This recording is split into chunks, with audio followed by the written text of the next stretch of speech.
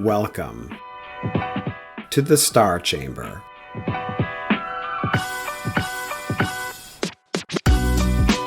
I'm Ryan Swayze, a retired Air Force Lieutenant Colonel and the founder and president of the Walk the Talk Foundation, a nonprofit that advocates for and advises currently serving and former military service members going through the arduous journey of administrative processes and investigations in our government. And I am Francescagraham, a retired Army Lieutenant Colonel and the Chief Operating Officer and Chief Advisor for the Walk the Talk Foundation. For all our returning guests, welcome back. And for our new listeners, thank you for tuning in. Before we begin this week's topic, please do not forget to hit that subscribe button, check out our Walk the Talk Foundation website, and hit that donate button if you think we're doing a good job. Also, check out our newsletter, the DoD Times Redacted, on all the socials, including LinkedIn, X, Instagram, and Facebook. Links in the description. All right, Star Chamber listeners, let's get started.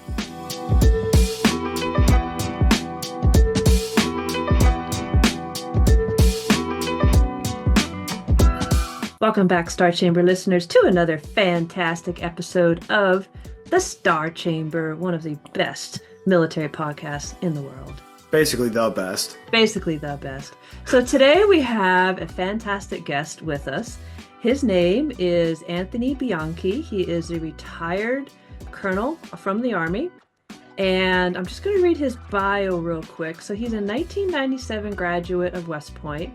He's a former Army football player who went 4-0 versus Navy, beat the hell out of Navy. God damn right. Not until he got to my class and we lost for 13 years, but whatever. Who retired as a U.S. Army field artillery officer with 27 plus years of vast leadership and executive staff experiences, ranging from military operations at echelon in both cannon and rocket artillery units deployed to Iraq and Afghanistan, taught several years in the Department of Systems Engineering at the United States Military Academy, provided consulting services to the National Guard units, created and implemented talent management initiatives for the Department of the Army, served as the Deputy Athletic Director for Army West Point Athletics, and served as the Garrison Commander for the Army's longest continuously occupied military installation, West Point, the best academy. Not that I'm biased or anything. All right, but before we get started, just a quick disclaimer. The opinions and views expressed by guests on this podcast are solely their own and do not represent the official policies, positions, or endorsements of the United States Army, the Department of Defense, or any other government entity. This discussion is intended for informational purposes only and should not be construed as reflecting the official stance of any military or governmental organization. What do you say, Ryan? Suck it, Poindexters. Suck it, Poindexters. All Suck of it, you. all of you. All right, so before I hand it over for the real questions, I have the most important question of the entire podcast that I want to ask you, Tony. Oh, wow. Okay. How's the cow? Ma'am, she walks, she talks, she's fully cow. The lactose fluid. Bovine species is highly prolific to the nth degree. Darn right. Thank you very much. So, Tony, welcome. Hey, by the way, I'm gonna get made fun of now because I played football there and I still know that. So that's there good. You go. Yeah. So your football buddies are like, what a tool. What a That's tool. Exactly right. That's exactly right. Well, you're welcome. I'm happy to do that for you right there. So, Tony, it's a really great pleasure to have you on the show. Really excited about this show because you are going to highlight for us some of the issues that through your really, really traumatic experience towards the end of your career at West Point as the Garrison Commander, going to highlight some issues that we're particularly interested here at the Foundation. One of the big ones being, why is it that the Army, the military, never corrects the record? We publicly make public statements about ex-commander, ex-sergeant major, or senior enlisted leader, whoever, is being removed from command pending the outcome of an investigation. And even if that investigation comes back and says, not guilty, unsubstantiated, nothing wrong, the military never goes back and corrects the record. And so the military person is the one who's left to deal with the fallout from those articles. But that's kind of a initial opener for you, Tony. So if you could just very briefly give us an idea, a rundown of what happened in your last year as the garrison commander at West Point. Okay, I'll make this brief because I know the time, and I'll try to hit the wave tops here. And if you want to dig into something, please do. And by the way, thanks again to you and Ryan for having me on the show. This podcast, like I said to you before, but listen to, I think you guys do a great job and what you guys are pushing for. I'm a big advocate as well. So thank you. Thanks. So just real quick, Garrison Commanders, real simply put, you are the city manager for said installation. In my case, it was West Point. I provide the security, the maintenance of all the infrastructure, the health and welfare and the quality of life of all the residents and employees that work on the base every day. And so that with that, I have about 1,200 employees that fall under me, some of which are the military police who fall under my command at that time. I had about 100 of those uniformed service members in the military police role under me at that time and place. Been in command about a year at this point in time for the night in question that we're going to talk about and hit the wave tops on. Bottom line is, after a year in command, you get to know what things you want to change, what things that are not going right, etc. So I was pretty aggressive, and I'm a disruptive leader by nature. That's been that way my whole career, but I've always been productive. And so once my MP, military police company commander as a captain changes out, once my new first sergeant changed out, once my Department of Emergency Services changed out, and once my provost marshal changed out, all within the same 6-week period, I felt it was time for me to implement some changes that I wanted. And these things will sound petty to the average listener, but things like how you deal with parking tickets, how do you deal with towing vehicles on the post?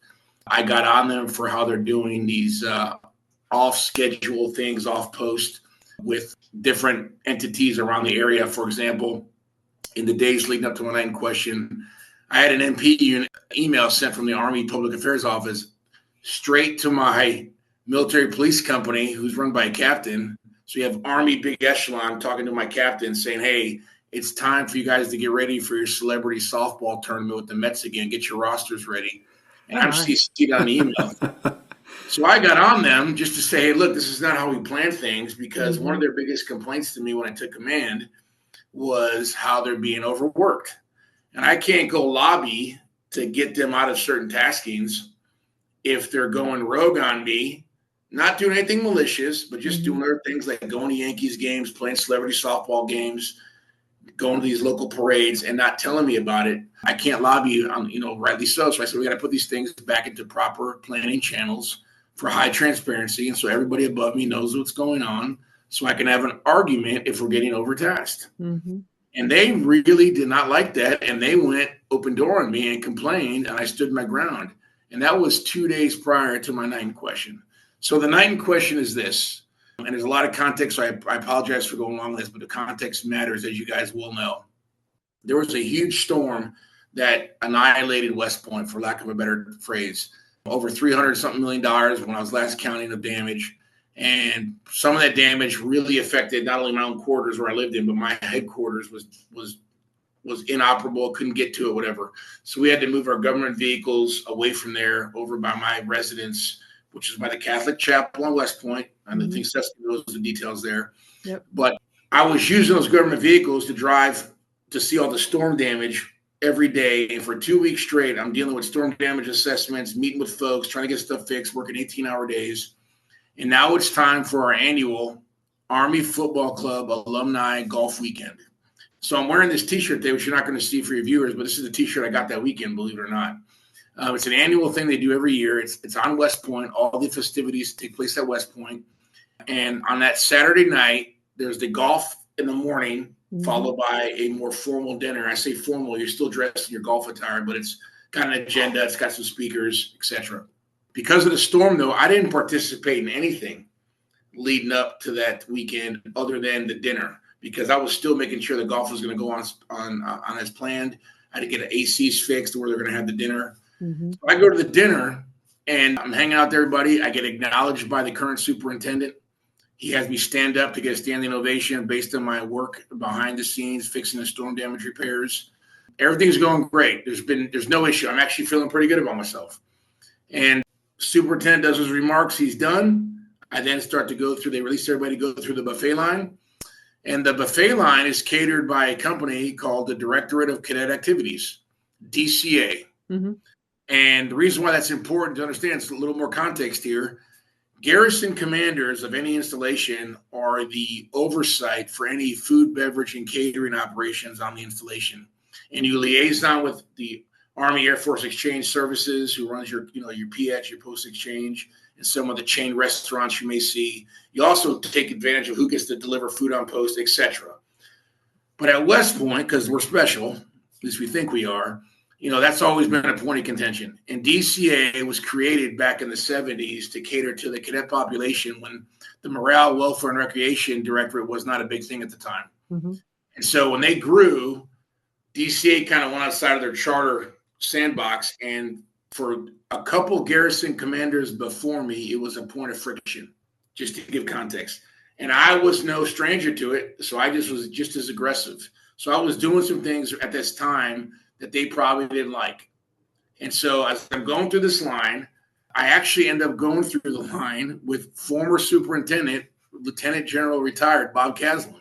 Mm-hmm. He's a witness who later testified in my trial that said what they alleged never took place, which is actually crazy because it never should have went to trial. But that's another question for later. We're going through the line. I get to the meat carving station, and as I watch the guy cut all the fat off the meat and give people their normal servings, I show up and he throws all the fat he cut off and puts it on my plate. And I know this sounds stupid because I'm a colonel, I'm an 06, and why would you care? It just felt so deliberate, like I had to ask him. I said, hey, man, why'd you give me this? What's going on? And the guy got a little bit of lippy with me, and I just said to him, because I'm in civilian clothes, I'm in a golf shirt and shorts, I said, hey, did you do this to me on purpose because of who I am, or do you not know who I am? I just got to know. I'm thinking it's because of this previous friction that existed. And he got more lippy with me, and I just said, okay, never mind. Is your manager here? He's like, yeah. I said, great. I go back to my table. I tell the manager what happened. She knows me.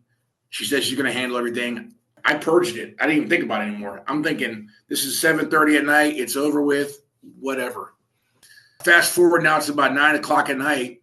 Hour and a half later, we're all getting up to leave. People are finishing their drinks. People are socializing in their own little circles. I'm standing with the superintendent, some other alumni.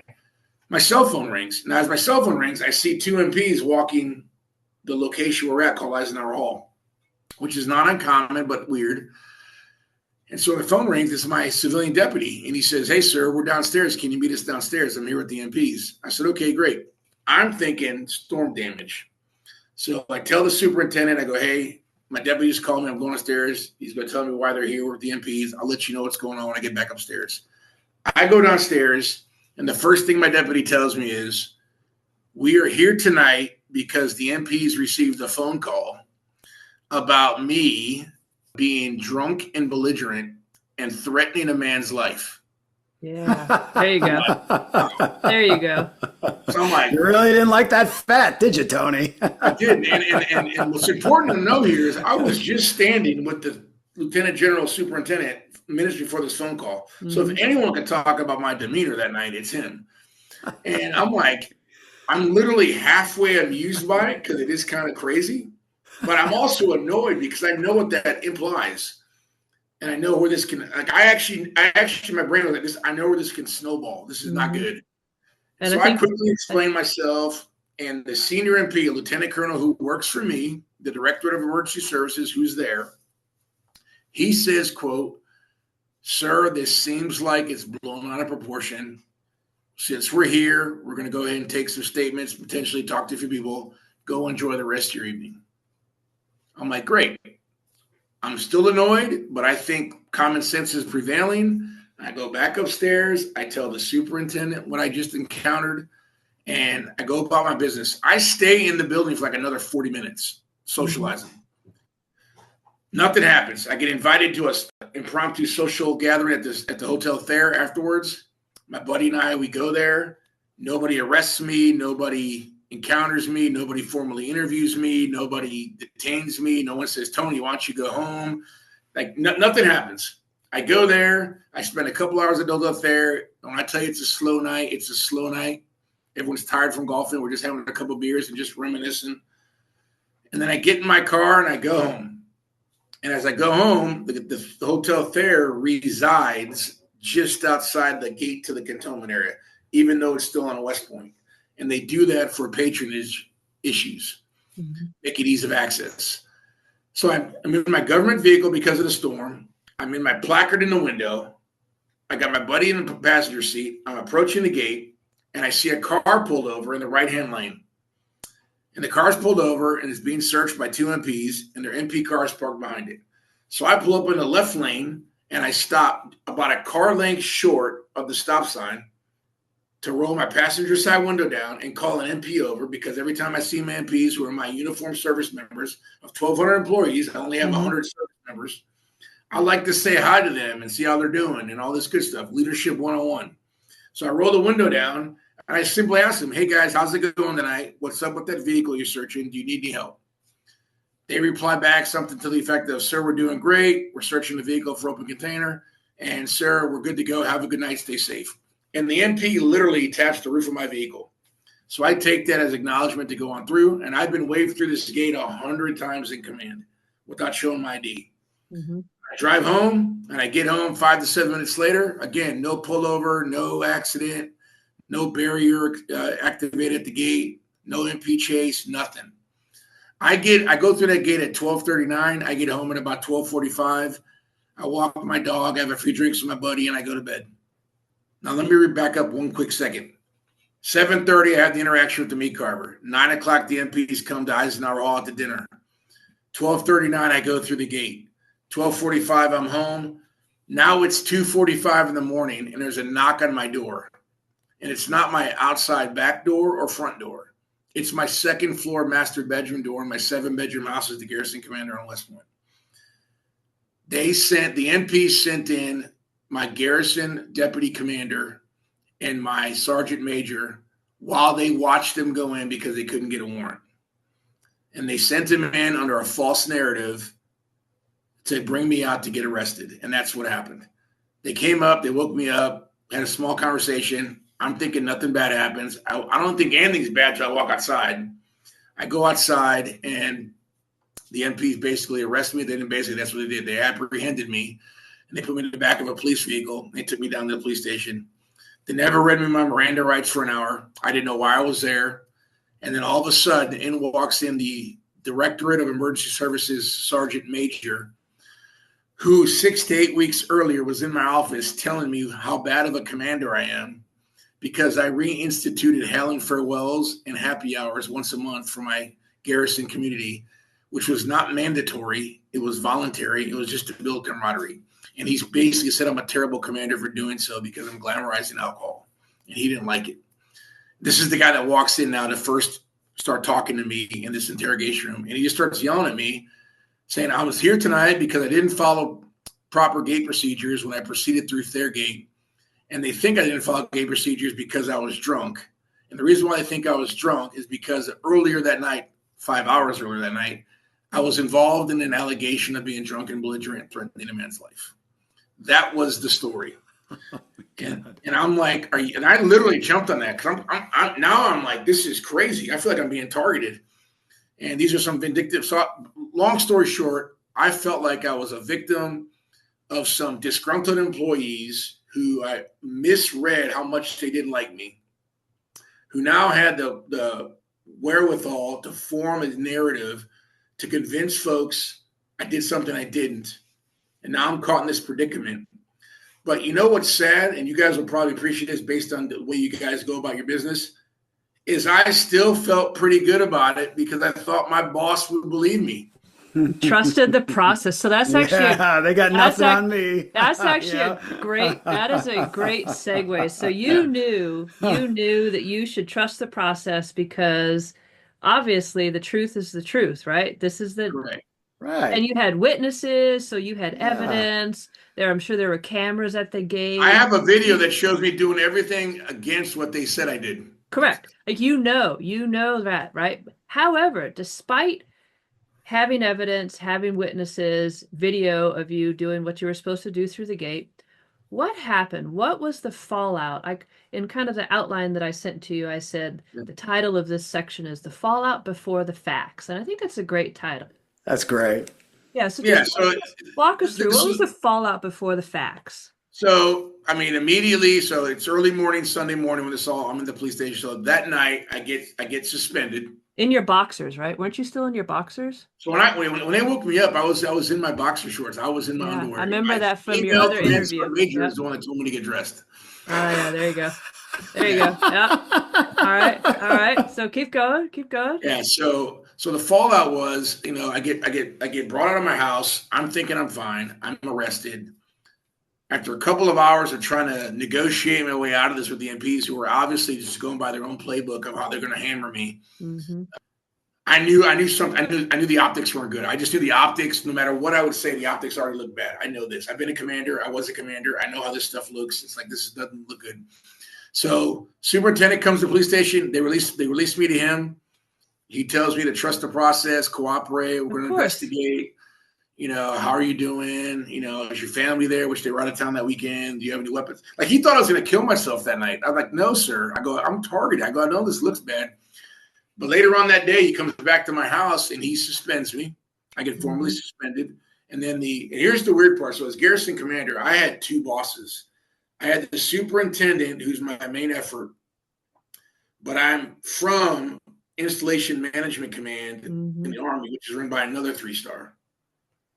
And it's weird because I was fighting both of them at the same time. So the Installation Management Commander formally suspends me and relieves me.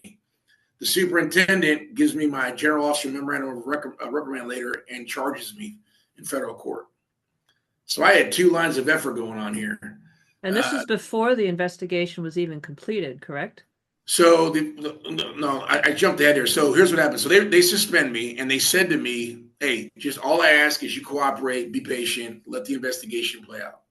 So I was under the impression they were going to do a 15-6 investigation in the Army to see what really happened. Because in my particular case, which is probably a lot different than some of the cases you see, a law enforcement investigation that was manufactured by the MPs who I was in charge of, who I rated and senior rated, they're the ones that were not only investigating me and crafting a narrative, but they're also technically investigating their own potential improprieties that night, and they're not going to talk about that. Right.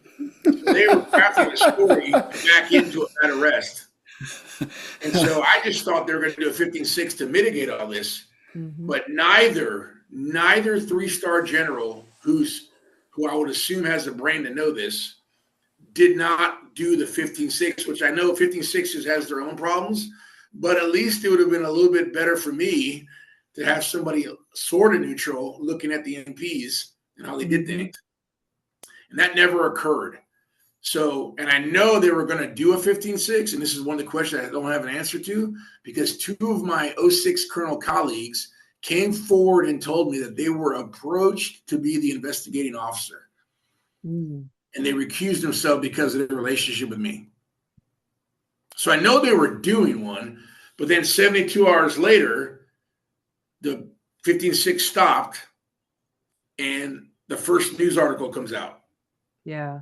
And I remember that. Yep. I remember that news article, and I remember the explosion on LinkedIn, the explosion on all the social media outlets of, oh, well, this guy, obviously, this is what you get when you have entitled 06s. This is what you get. People think they can get away with everything. This is what you get. And I'm imagining, so this is, I think you said 72 hours after the quote unquote incident. I'm imagining that no one in your chain of command, neither of those 3-stars, informed you that this news article was going to come out before it came out. So here's what exactly happened. I got a phone call. So Sunday, I was released out of the MP station. Wednesday, the article comes out. And I got a phone call on Wednesday, I don't know, a little after lunchtime. I forgot the exact time. And it was the chief of staff of the United States Military Academy, who's also a colonel. And she calls me and says, hey, I wanted to give you the heads up. We just got word that some low-level news outlet's going to drop an article about your suspension. We don't know how they got the information. Of course they know how. The PAO gave it to them. I'm not even an intel person like you, Seska, but I know. Yeah, I know that's ridiculous. It was by somebody. Now, and just to kind of caveat off this, I was having a discussion with a good buddy of mine the other day about this. None of the news articles ever talked in detail of anything other than he was suspended pending investigation for alleged misconduct. He's been relieved because he lost the faith and confidence of his ability command. They never tell us about what happened. None of them until after I got the not guilty verdict. None of them talks about the allegations. And I find that, everyone's like, well, that's a good thing, right? I actually think that's not a good thing, because now that leaves open interpretation, the spectrum of what misconduct is. Yep. It could be anything from like, I rolled a stop sign to I raped and murdered somebody. Like it leaves too much for a public opinion to start going off on their own tangents on social media. I would have rather them said, hey, we're suspecting him of X, Y, and Z. And then when my not guilty verdict comes out, hey, he's not guilty of X, Y, and Z. I got it. It wouldn't change a lot of things. But for me, I think today, right now, and I'm probably skipping ahead for you, is I feel a lot of more pain now because nobody really knows what happened unless they were there. Mm-hmm. And unless they watch this podcast or read, go deep into the Google and see my 2 articles that came out for my not guilty, they don't know exactly what went down, and nor do they want to know. Right. They don't want to ever admit that the chain of command would ever be wrong like this, or they would do this to somebody or in their family. And heaven forbid it happened at West Point. So 72 hours later, you find out that a 15-6 is not occurring. Do you know, so what happened with that and why? And I guess my bigger question is, at what point did you stop trusting the process? All right, two very good questions. So the first one is, I just assumed the 15-6 didn't take place 72 hours later because the article came out and those 2 colleagues came forward and I never heard anything from it. And then I casually approached the chief of staff at about a couple of days later and I asked her about it. And she says, oh, yeah, we looked into everything and there's nothing there. Mm. That's all I heard. I was like, really? Like, you don't care about the 4th Amendment violation? I go, forget how you judge me. You don't care about the 4th Amendment violation that happened at my house. Mm-hmm. And she's like, oh, yeah, we looked into that and there's nothing there. And so we have investigated ourselves and found ourselves to be beyond reproach. These are not wait till I tell you about my open door with the soup. These are not the droids you're looking for, right? That was the kind of speech I got. Mm-hmm. But your second part of your question, though, when did I stop trusting? You're going to probably make fun of me, this naive colonel. I stopped trusting the process, believe it or not, when the soup decided to file my general officer memorandum of record permanently after I rebutted it. And after I had a long discussion with him in his office. And what was his, if you don't mind sharing, what was his logic for that? Or what do you surmise was his logic for that? Because I imagine it's probably the same across the board. People. A couple weeks into the process, I pretty much I got relieved literally 30 days after the fact. So they did 30 days of just, I was suspended. And then on the actual 30th day, the IMCOM commander relieved me.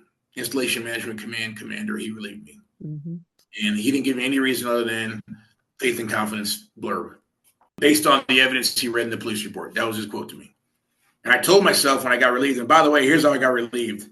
Over Microsoft Teams in the superintendent's office. Oh my gosh. I feel like a plebeian. I had to report to to Microsoft Teams. Oh my God. I report to a laptop computer screen on the soup's desk. Oh, that's listen to a 3-star relieve me. It took like 3 minutes. Oh, that's amazing. And then 2 days before that, this is the professional army we're in. 2 days before that, I get a phone call from the soup's executive officer. And I'm at the hospital because I don't want to take my wife has cancer. So I'm at the hospital with her. And I get this phone call. It's the soup's executive officer. And she's like, hey, sir, can you be in the soup's office this afternoon? I'm like, no, I'm at the hospital with my wife's medical appointment. She's like, oh, you can't be here? I said, no, I can't. You can't just call me and tell me to be there. I'm doing this appointment. And she's like, well, can you be here, on Wednesday or whatever day it was? 2 days later, I go, yeah, I could be there. Do you know what this is about? She goes, no, sir, I have no idea. I said, okay. So I call my 2-star senior executive service official who's a civilian, who's my raider, who's based out of Fort Eustis, Virginia, who hasn't talked to me through this whole thing, by the way, of course, except for like once. Yeah. I asked him, I go, hey, sir, I hate to bother you. He goes, well, I'm in a meeting, Tony. I got 2 minutes. What do you got? I said, I just got a call to meet with the soup tomorrow. Do you know what that's about? And he literally says on the phone to me, hey, I got to go up next and brief. You're getting relieved. And he hangs up. Oh my God. He just hangs up. Oh my God. And slight detour from the agenda, or the outline, but I'm guessing So you just now said your wife has or had cancer, and I'm guessing throughout this entire process, no one in your chain of command, none of the general officers said, "Hey Tony, how are you doing? How's your wife? How's your family? How are you handling this? How's your mental health?" I'm guessing nobody asked that question. So I'll surprise you with this one. I will be fair here. The superintendent did every time he met with Good. me. Good. That's good. The superintendent did every time he met with me. I don't want to downgrade that because I mean I got it, but it also felt phony in a way too Mm-hmm. because Because he still permanently filed your GOMAR. yeah, I mean he would Well, ask about this I'm stuff. gonna draw an Army parallel here, and that's when a Lieutenant Colonel Francesca Graham walks into Lieutenant General Laura Potter's office and saying, "I'm being abused with impunity here. Help me." And Potter first goes, "Well, you're doing it wrong, so you're not going to get justice," and then calls her back, goes, "Are you okay? Mm-hmm. It's fake. You Yeah. don't give a fuck. Come on, let's be honest. Potter, if you're listening, you know it." And here's the other funny part. And then again, I don't want to take you off your outline, but I think it's pertinent to the conversation here. Is so because I was charged. So I ended up being. Let me skip it. So I ended up being charged with 4 things. I ended up being charged with driving while intoxicated, disorderly conduct, misuse of a vehicle in the 3rd degree. Mm-hmm. And by the way, the 3rd degree means I stole the car, which that didn't happen. That's so good. That's so good. And rolling a stop sign. And all these charges were verbatim per the New York State laws because anytime there's a traffic incident on most installations nowadays and DWIs fall under those purviews, they just acquiesce to the state that your Mm-hmm. falls in. A lot of people don't know that. That's what happens because they're much more well equipped to handle these types of tickets and cases and infractions than the military is under UCMJ. So they just defer to the civilian sector, the federal courts, and that's what happened. So that's what they did with me. I got charged in federal court, those 4 things. The reason why I bring that up is because when I was in custody, once I realized the shenanigans that were going on, I refused to do anything. I'm like, I'm not talking. I'm not signing anything. I'm not going to give you any specimens. Good. So I did refuse to give blood. I did refuse to do breathalyzer. Mm-hmm. I didn't care if I was going to beat it or not. I just didn't want to cooperate because I didn't trust anything they were doing. Good. And because of that, it triggers a DMV hearing in the state of New York, regardless of why. You have the right to go to a judge and plead your case. In 99% of those cases, the people are freaking guilty. They don't even show up. They just eat their cake and take their, because the judge is going to determine whether or not you should keep your driving privileges for a year in the state of New York. 99% of them who are guilty, my lawyer told me this, they don't even show up. They take like 2 minutes and they're done. My DMV hearing took 2 hours over 2 separate days, an hour one day, an hour a separate day. And we basically laid out our case in DMV court that we did later in federal court. And the DMV judge on the record, which we have, closed the case. Nothing happened to me or my driving privileges and cited one sentence. The respondent, me, was hauled out of his residence 2 hours after an event at West Point by friends of his, coaxed by the MPs to drag him out against Amendment rights. Oh my, that must have gone over well in federal court, I'm sure. It took longer than I thought because we still had to go to court. So we were going to use it to drop it. But I bring all this up is because I won in DMV court. And remember, when you get an alcohol-related offense in the Army, they automatically take your driving privileges on post. So I couldn't drive anywhere initially for the first couple of weeks. And my wife, based on her diagnosis, she couldn't drive either. She can't see out of her left. And so we were kind of in a quandary. So I had to ask the superintendent, going back to your question, was he cooperative? He did amend my restrictions and allowed me to drive her to medical treatments, my kids to school and back, extracurriculars, hospital, gym, your typical Article 15 thing, right? He gave me that quantity. But when the DMV court, I won, West Point still refused to lift the even less restrictive policy on me. But the MP stopped enforcing it. So I just drove whenever I wanted. It didn't matter. They couldn't even enforce it. And you had said earlier that you lost trust. You realized you should not trust the process when the SOUP filed your GOMAR in a permanent file, the General Officer Memorandum of Record, reprimand in your permanent file. Why? I don't think we quite answered that question. Why do you surmise he did that, and how, in the great psychologist's words, how did that make you feel? Right. So timeline matters here because, like I said, it took 30 days and they relieved me. And the day I got relieved is the day I got my GOMAR, my General Officer of Record. Mm-hmm. And then right after he read it to me, he was very good at like, hey, if you want, I talked to General so-and-so, the income commander, you don't need to worry about retiring if you don't want to. You can stick around the Army. We have some good jobs for you here at West Point you can do, I think. We'll keep abusing you. Find you land. I'm not saying this, but I'm thinking as he's talking, I go, are you crazy? I'm like, if I'm this much of a cancer in your mind that you're going to let me get relieved and then give me this permanent letter of reprimand that everything in it is totally out of whack, like, why would I stick around anything? And so he's telling me all this.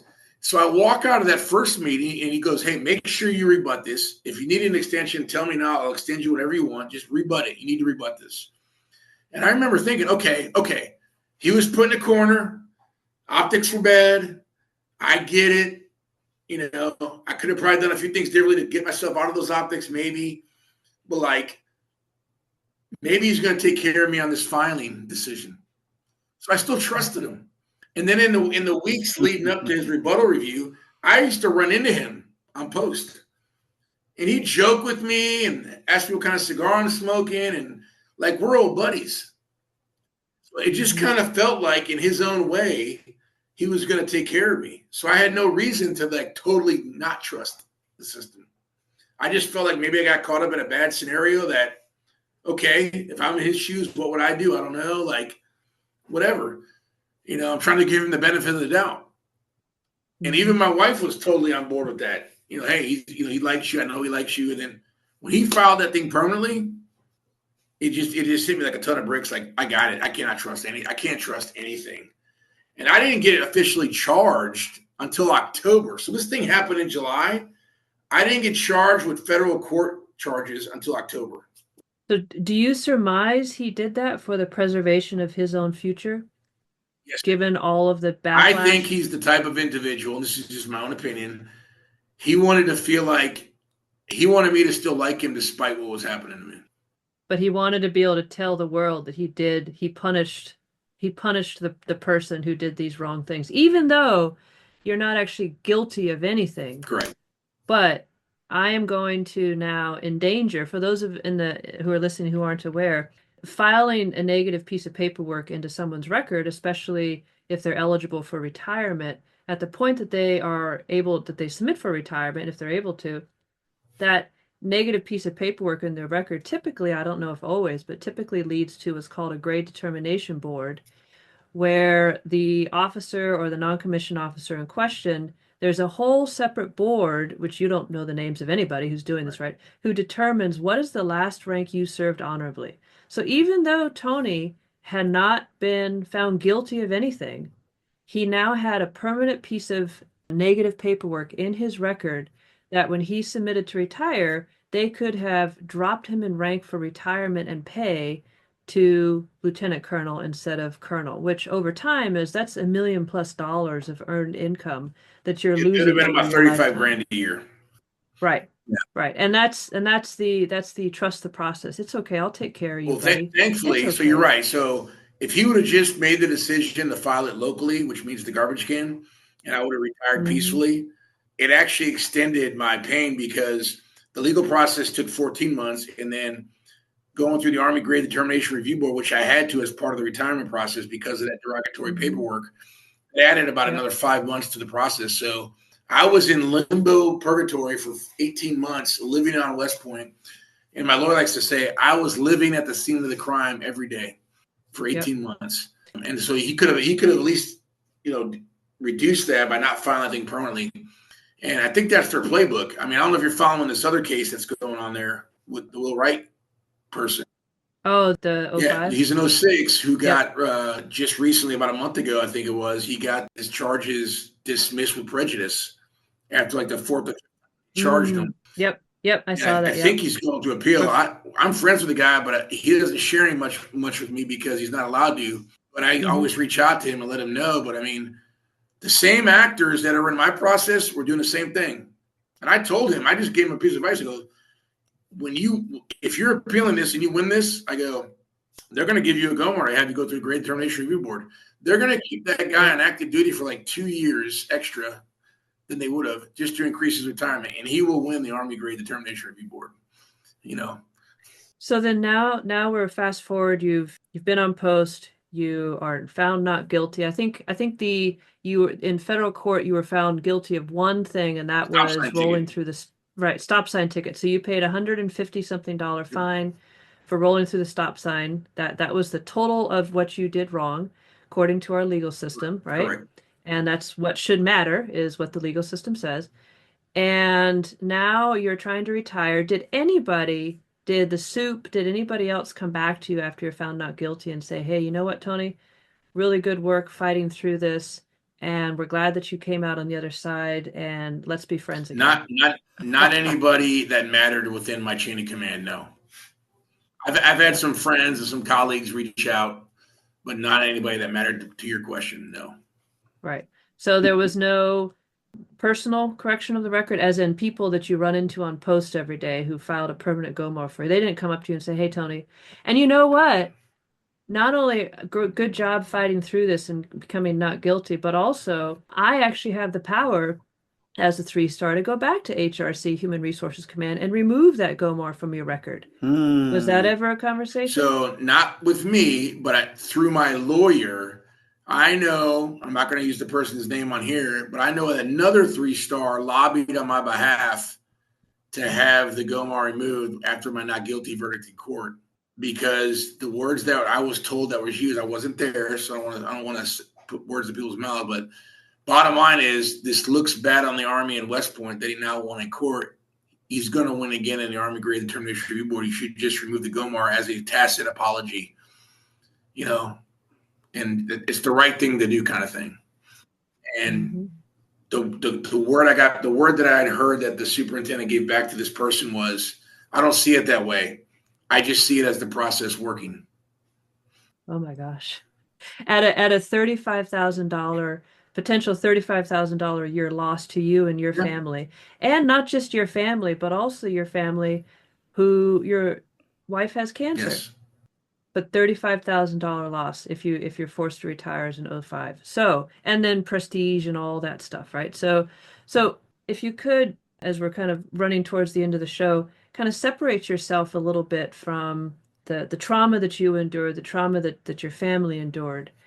From your perspective, what does your case, what do the things that you saw happen at West Point with CI, the Criminal Investigative Division, with the different contractors and everything involved with the cadet food services, what are the broader implications for due process in the military or lack thereof? Well, I think it's everything you guys touch on all the time. I mean, number one, West Point's not exempt to this either. I think for the last at least decade, I think our command element has lost its cojones to use commander's discretion. I think they cater to the legal system and specifically the SJAs and their words of wisdom, supposedly, and they don't question. They are no longer advisors; they've become deciders.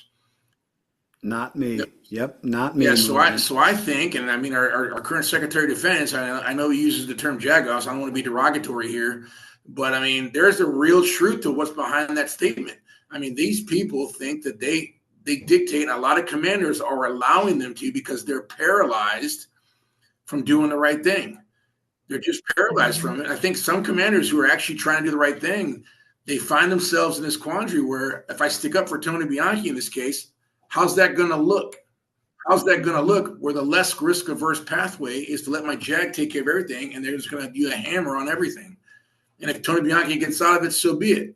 Who cares if his legacy is ruined? Who cares if his family's been suffering through the whole thing? So that's not a West Point thing. That's an Army problem. That's an Army problem. The other problem is all these processes, administratively and even legally, everyone involved works for the same commander. Yeah. So I mean, the commander has a preconceived idea of what may have happened. Who are you to tell that person it may not have happened that way?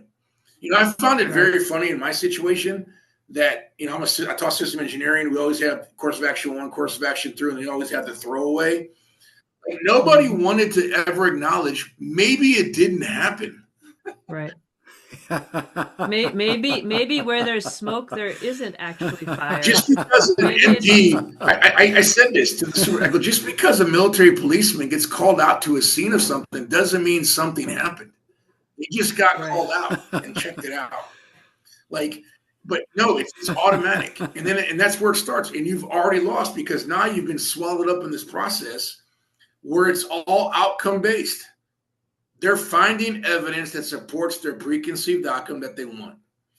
Because I'm a high-ranking dude who happened to be the garrison commander, and there have been some people that probably didn't like me in the process. They're like, we have a chance to get this guy, and we can make it stick. That's how I felt was going on. And the commanders above me kind of did the Pontius Pilate thing and said, we're just going to stand back and let him finagle his way through this thing. That's how it felt to me. And what are your, related to all of that, what are your thoughts on, and this is something that as I was going through my little debacle, and I'm sure Ryan was going through his little debacle, is, if it's happening to me as a senior 05, jump master, West Pointer, 3 master's degrees, all these things that we're told matter. If it happens to me so easily and just with such, there's a word you always use, Ryan, I'm forgetting what it is. Basically, you just get away with it. People get away with it. Impunity, right. So if it happens with such impunity to someone like me, then imagine what's happening to our junior service members, officers enlisted. So what are your thoughts on that? Did you have any reflections on that? Yes, I do. So first off, if I'm a first or second lieutenant or even a captain for that matter, or a young E5 sergeant, etc., first of all, I wouldn't be on your show because I wouldn't have made it this far to do any of that. And the one thing I used to always get a lot is, well, you're just getting favored because you're an 06 colonel. I would argue 2 things are wrong about that statement. Number one, after 27 years and 9 months, I better have some experiences, connections, resources, financial backing that I can at least lean on to fight as best I can, where these younger folks do not have that. So it's not a privilege thing. It's just an experience in the Army or military thing that gives me that leverage a little bit. Doesn't make it fair, but at least I have a standing chance to fight. These young folks don't. Yep. Right. And a lot of these young guys, I mean, they don't know what's wrong anyway. They're just going to say, you know what? I'm going to take the easy way out. I'm just going to plea. I'm going to do whatever. Their whole tactics are to scare you into like, you're going to go to jail. You're going to lose your retirement. We're going to give you a dishonorable discharge. We're going to do all these nasty, cruel things. And they don't have any way to argue it. Yeah. They just don't have it because they don't have the wasta behind it. Or the money. I've got mentors. I've got folks that will help me out. I have financial backing. And I leaned on that stuff. It doesn't mean I got a favorable way out of this. I still got pretty much hammered. And I would argue that people go harder on the senior folks when this stuff happens. I mean, I think if I was a lieutenant and I rolled a stop sign and they said they didn't show my ID at the gate, they probably wouldn't have made the news. It probably wouldn't have, been taken to court. I probably would have been just like some letter in my file and, hey, you're done when your 5 years is done. So I think you got to look at everything through a contextual base that you can't compare apples to oranges. And the other part that I think is funny is the show me the man, I'll show you the crime mantra. I felt like I got targeted by some bad folks. I've already said that.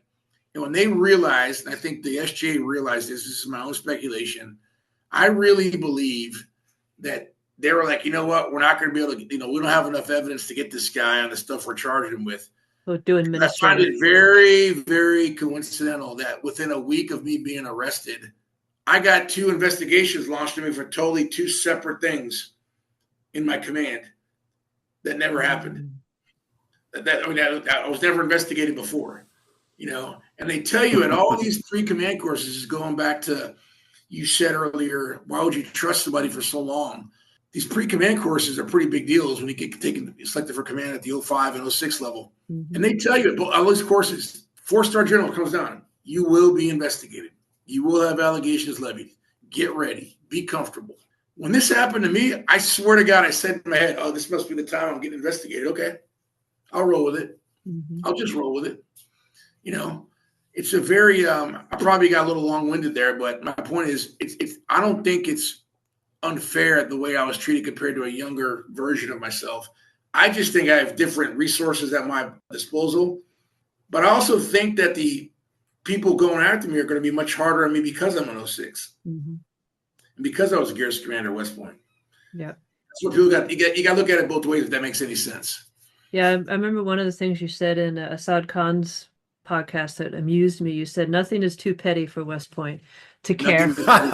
Nothing's too petty. And so the last question I had for you, and then if Ryan had any brilliant questions, is, well, not really a question, more of opening for you to make a commentary, is also in Assad Khan's podcast. You had mentioned the impact to your family, and this is something that a lot of people throughout the services, Coast Guard, Department of Defense, who are undergoing some of these administrative processes, not acknowledged by a lot of people, unless if you're inside of the matrix, is the impact to your family. You and specifically mentioned how, I think it was, you said your daughter was at school and someone started making derogatory comments about you to your daughter at school, and just the emotional impact and everything that now your children, your wife who's going through cancer. So can you just kind of talk through that? So, and you're using almost your family life, your situation, being inside of this vortex, to help our listeners understand how every person in the service who's going through these things is enduring the same sort of mental, emotional trauma. Yep. So, we collectively as a military, we make a big deal about the family bonds, that the family readiness units, we're all one big fight, one big team, excuse me. We do a lot of effort to make that a big thing for our young soldiers and our young officers when they join the force. And yet we emphasize that. And then a case like this happens, and it quickly, everything that supported you goes away. Mm-hmm. So, I'm a social butterfly. My wife and I were invited to everything. I'm not saying everybody's like this, but this is one metric. We didn't get invited to anything. Mm-hmm. Nobody wanted to be seen with us, except for your really, really, really close friends, which you got to know. There was even one guy when I'm walking into the gym, literally jumped behind a wall to avoid me. Oh, my God. He didn't want to say hello to me. Another 06 colleague who I used to talk to weekly, personally. People would unfriend or unconnect my wife and I on Facebook and took us off different websites that they were dealt with West Point. My daughter, she went to West Point Elementary School. I say this story because there's a reason for it. A kid started picking on her, saying the new garrison commander is much better than your daddy ever was. And what's funny about that statement is, why at the time is a fifth grader talking about the garrison commander at West Point? I didn't even know what a garrison commander was until I was at least a major in the Army. Anything. So why is it? And the reason why this is because his parents are probably talking about me at home. Right. That's the point. And then my daughter had to hear all that. And also, different than a typical brigade commander, my picture was everywhere, in every building, PX, commissary, the entry to the gates. Here's the garrison commander. And now all of a sudden I'm tainted. So everybody knows me. And my 1,200 employees, I still have to interact with every day on post, no matter where I go. Mm-hmm. And no matter where my family goes. So my wife would know people. You go to the commissary, you go to the PX. Oh, that's the wife of the garrison commander who just got relieved for X, Y, and Z rumor that they're buying into. Because remember, the rumor mill doesn't stop. Right. It's funny how 90% of the people who were never there that night have an opinion about what happened. Mm-hmm. So I hope that answered your question. It does. No, thank you. I really appreciate it. And I'm glad that you're retired. I'm glad that you're finally probably getting a chance to decompress a little bit, you and your entire family. I hope, at least. Oh, we are. We are. That's good. Doing stuff like this is good therapy too. Yeah. And then Ryan, over to you, sir. Yeah, well, thanks, Tony and Cheska, for letting me in on your West Point ring knocking little get together here. Now, I appreciate it. Now, Tony, in all seriousness, I appreciate you coming on because, the pattern of what happened to you is sadly similar to so many cases we deal with. There's a foregone conclusion. There's a kangaroo court of administrative air quotes justice. It all goes to the same person who plays the role of judge, jury, executioner. But there are some unique aspects to your case I wanted to highlight before we close out. Aside from, I think you're the first guest we've ever had who was accused of grand theft auto of his own car. Here's one more funny thing before you guys laugh at it. So they offered me 2 pleas during this process. Oh, and in both pleas, they were going to drop the stop sign charge. It's the one charge I got convicted on. So good. We know you stole your car, Bianchi. Admit it. Aside from that, and thanks for letting me chuckle at what's happening, and I hope you can laugh too more as the days go on. I know it's good therapy. It's coming from a very personal place from all of us. But one thing I wanted to highlight was that you're an 06, very senior, commands under your belt, West Point Garrison Commander. I'm sure that's no schlub position, and yet here you are. And this is not disparaging at all, because Cheska and I have been in the same position, like, trust the process, we got your back, you got your battle buddies, your wingmen, truth, justice, American way, apple pie, all that shit. And it all goes out the window when you're put into this star chamber. And you used the word naive during the show, and we were, right? Because we believed it. Yep. So I would pile on to your advice, not a shameless plug, but kind of a shameless plug. Like, if you're in this position, you got to get outside help, because nobody in the inside is going to help you. And you talked to the isolation. I think that's a very powerful segment. Your friends bail on you. People are like making eye contact with the wall instead of you, because they know if they're associated with you, they're going to be collateral damage, right? They know it. They've seen it. And the risk reward, and Cheska and I saw this, and it's tough to struggle with, right? But the risk reward for those people, they don't want to get involved because they know they're going to go down with a sinking ship, which is you and your career, right? And it's unfortunate because we tout all these values of courage and shit, but yet when there's moral courage required, boy, there is a dearth of it, I feel. The second of the 3 points is the Secretary of Defense recently came out with a video talking about weaponization of the system.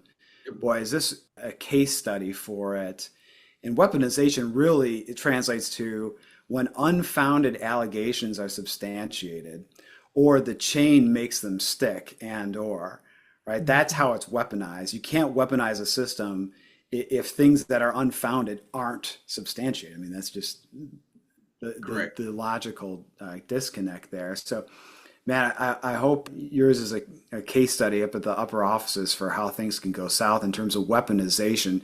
We're seeing that more. I never was a big fan of weaponization. I just think if investigations are done incorrectly or improperly, it doesn't matter what the outcome is. That's what needs to be fixed. But this was the weaponization. I totally think it was a victim of weaponization. I totally think that. Yeah.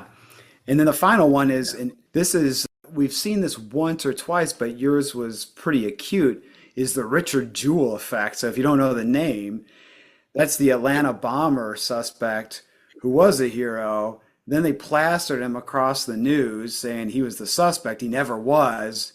It basically ruined the guy. And if I recall, he died like mid-40s. I mean, it was basically the end of his personal psychological well-being for that.